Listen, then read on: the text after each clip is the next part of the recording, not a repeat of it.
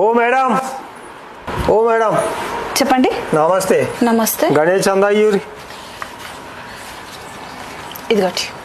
ఇదేంది వందనా? 5,000 ఇస్తాడు. ఏంటి 5,000? 5,000 ఇవ్వాలి. ఓకే. ఈ ఏరియా మొత్తం కలెక్ట్ చేసావు కదా? కలెక్ట్ చేస్తాం. ఎంత కలెక్ట్ చేసావు? వస్తుంది 10 లక్షలు. 10 లక్షలు. విగ్రహానికి ఎంత పెడుతున్నావు? విగ్రహం మేము ఎందుకు పెడతాం? డొనేట్ చేస్తారు, ఎవరో ఒకరు డొనేట్ చేస్తారు. ఎస్. మరి ప్రసాదాలు? ప్రసాదాలా ఎవరో ఒకరు రోజుకొకరు తెచ్చి పెడతారు ప్రసాదం. ఓ, ఈ 9 రోజులు పెడతారు, దానికి డొనేట్ చేస్తారు. అవును. ఓకే. మరి అన్నదానాలు? అరే అన్నదానం అంటే కాలనీ మొత్తం బియ్యం, పప్పులు, ఉప్పులు, కూరగాయలు మొత్తం తెచ్చి పెడతారు. వాళ్ళే ఉంటారు, వాళ్ళే పెడతారు. వాళ్ళే వండుతారు, వాళ్ళే పెడతారు. అవును. డొనేషన్ కూడా వాళ్ళే ఇస్తారు. ఓకే. మరి మీకెందుకు డబ్బులు?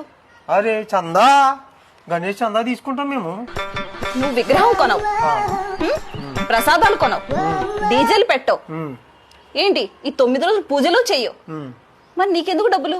అరే ఎందుకంటే మరి నీకు చెప్తారు, నువ్వు ఇచ్చే 5,000కి 100 రూపాయలకి నీకు అన్ని సమాధానం చెప్పాలా?